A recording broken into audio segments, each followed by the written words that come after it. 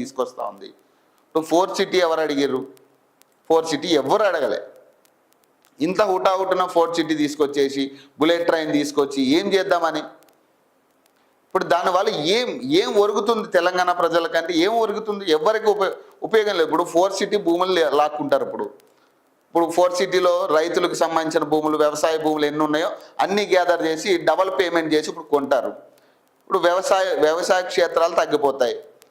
రైతు అనేటోడు ఉండడు. దాదాపు ఇప్పటికే దాదాపు 150 కిలోమీటర్లు వెళ్తే కానీ వ్యవసాయ క్షేత్రాలు లేవు హైదరాబాద్ నుంచి, సిటీ నుంచి. అప్పుడు ఏమవుతుంది? ఇంకొక 200-300 కిలోమీటర్లు వెళ్తే కానీ వ్యవసాయ క్షేత్రాలు కనపడవు. ఉన్న వ్యవసాయ క్షేత్రాలన్నీ ఖాళీ చేస్తారు, భూములన్నీ లాక్కుంటారు. ఆ భూములు ఎవరికి కట్టబెడతారు? మళ్ళీ ధనవంతులకి వేల కోట్లు పెట్టి వాళ్ళు కొనుక్కుంటారు. కొన్నాక వాడు వేల కోట్లు కొని వాడేమో వ్యవసాయం చేయడు కదా. వాడు ఏం చేస్తాడు? మళ్ళీ అక్కడ కంపెనీలు నిర్మిస్తాడు.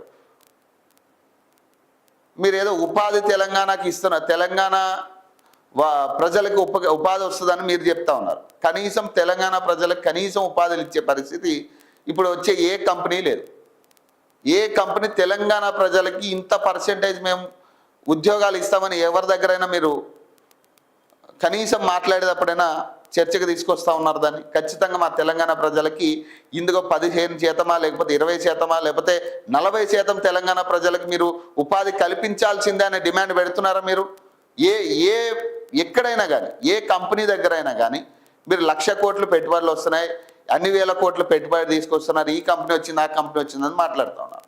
ప్రధానంగా ఇక్కడ ఉన్న తెలంగాణ ప్రజలకి ఎన్ని ఉద్యోగాలు ఇవ్వగలుగుతున్నారు? మీ డిమాండ్స్లో ఎన్ని ఉద్యోగాలు తెలంగాణ ప్రజలకి ఇవ్వాలని మీరు డిమాండ్ చేశారు? వాళ్ళకి ముందు అది కదా ఇంపార్టెంట్.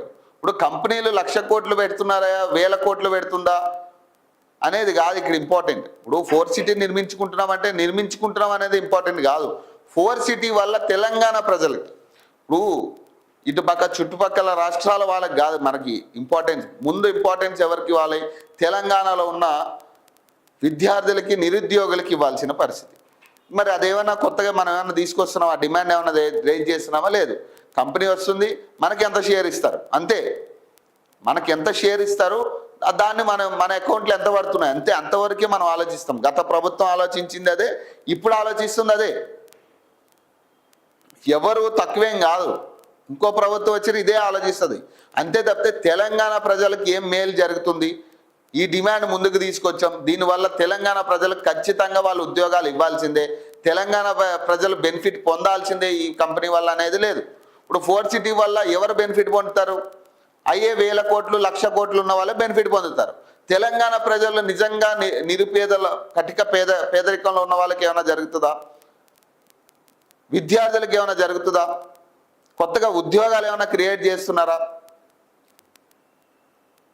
ఇప్పుడు ఇవి కదా మనం చెప్పాల్సింది. ఇప్పుడు ఇనుప కంచెలు వేసుకుని 9 కోట్లు ఖర్చు పెట్టి 10 కోట్లు ఖర్చు పెట్టి ఇనుప కంచెలు ఇవి కాదు కదా. మీరు నాకు తెలిసి మీ బడ్జెట్ ప్రవేశపెట్టే దాంట్లో కూడా ఇవే ఉంటాయేమో. ఇక వాటికి ఇంత ఖర్చు పెడుతున్నాం, ఈ 4 సిటీకి భూములకి ఇంత అవుతుంది, లేదా ఇక్కడ భూములు కొంటున్నాం ఇక్కడ ఇంత అవుతుందని ఇదే బడ్జెట్ కేటాయింపులో ఉంటుందేమో. అంతే తప్పితే తెలంగాణ ప్రజలకి మేలు జరిగే విధంగా అయితే బడ్జెట్ ఉండదేమో అనుకుంటున్నాను. నిజంగా ఒక ఇప్పుడు బడ్జెట్ సమావేశాలు అనేది చాలా కీలకం.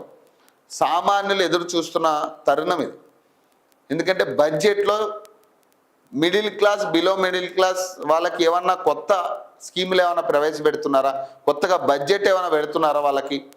వాళ్ళకి సంబంధించిన ఆర్థిక లావాదేవీల విషయంలో, రుణాల విషయంలో కొత్తగా బడ్జెట్ ఏమైనా పెడుతున్నారా? ఏమైనా కొత్తగా తీసుకొస్తున్నారా అనే ఆలోచనతో ఉంటారు మొత్తం అంతా కూడా. ఏ సెక్టార్కి ఎంత బడ్జెట్ ఇస్తా ఉన్నారు, ఏ కమ్యూనిటీకి ఎంత బడ్జెట్ కేటాయిస్తున్నారు అని చాలామంది వేచి చూస్తున్న తరుణం ఇది బడ్జెట్ విషయం. కానీ దీన్ని వృధా చేయొద్దు అనేది నా ఆలోచన. మీరు ఎన్ని వేల కోట్లైనా ఖర్చు పెట్టవచ్చు, కానీ ప్రజలకు ఉపయోగం లేని ఒక్క రూపాయి కూడా అవసరం లేదు. మీరు ఖర్చు పెట్టాల్సిన అవసరమే లేదు. మీరు 1,00,000 కోట్లు ఖర్చు పెట్టండి, లేదా 80,000 కోట్లు రుణాలు తీసుకురండి, లేదు ఈ 5 లక్షల కోట్లు రుణాలు రావండి, కానీ ఏం ఉపయోగం లేదు దానివల్ల. మీరు రుణాలు తేవడం ఎందుకు? ప్రజలకి మేలు చేయాలనే మీరు రుణాలు తీసుకురావాల్సింది ప్రభుత్వం. కానీ ప్రజలకే మేలు జరగనప్పుడు మీరు తెచ్చే రుణం ఎవరికి ఉపయోగం? అసలు ఎవరికి ఉపయోగం? తెలంగాణ ప్రజలకు ఏమైనా ఉపయోగం జరిగిందా మీరు తెచ్చిన రుణాల వల్ల? ఇప్పటి వరకు 2 లక్షల కోట్లు ఎంతో అప్పు చేసింది అంటున్నారు కాంగ్రెస్ ప్రభుత్వం వచ్చిన దగ్గర నుంచి. ఈ 2 లక్షల కోట్లతో ఎవడు బాగుపడ్డాడు తెలంగాణలో? అసలు ఈ 2 లక్షల కోట్ల అప్పు దేనికి అయ్యింది? మాట్లాడేది కేసీఆర్ చేసిన అప్పులు అంటున్నారు. ఇప్పుడు ఆనాడు అప్పులు ఉన్నాయి, ఈనాడు అప్పులు ఉన్నాయి. కానీ ఇక్కడ విషయం ఏంటంటే, మరి తెలంగాణలో హైదరాబాద్లో వస్తున్న ఏదైతే కంపెనీల ద్వారా ఏదైతే రాబడి వస్తూ ఉందో, మరి ఆ రాబడి పరిస్థితి ఏంటి? ఇన్కమ్ పరిస్థితి ఏంటి?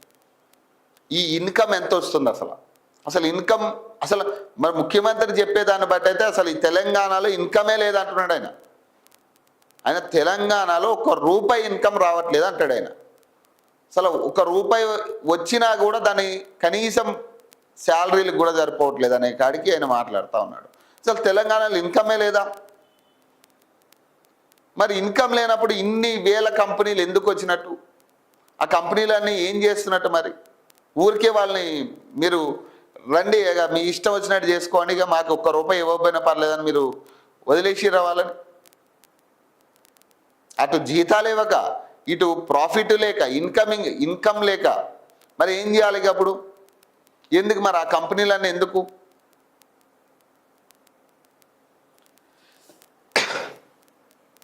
ప్రజలకి ప్రతి రూపాయి ప్రజలకి లెక్క చెప్పాల్సిన బాధ్యత ప్రభుత్వాలకి ఉన్నది.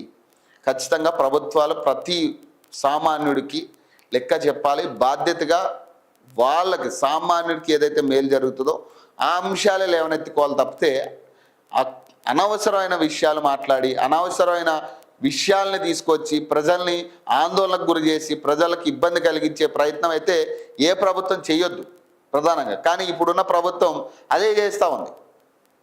ప్రజలకు ఏది అవసరం లేదంటున్నారో అదే ముందు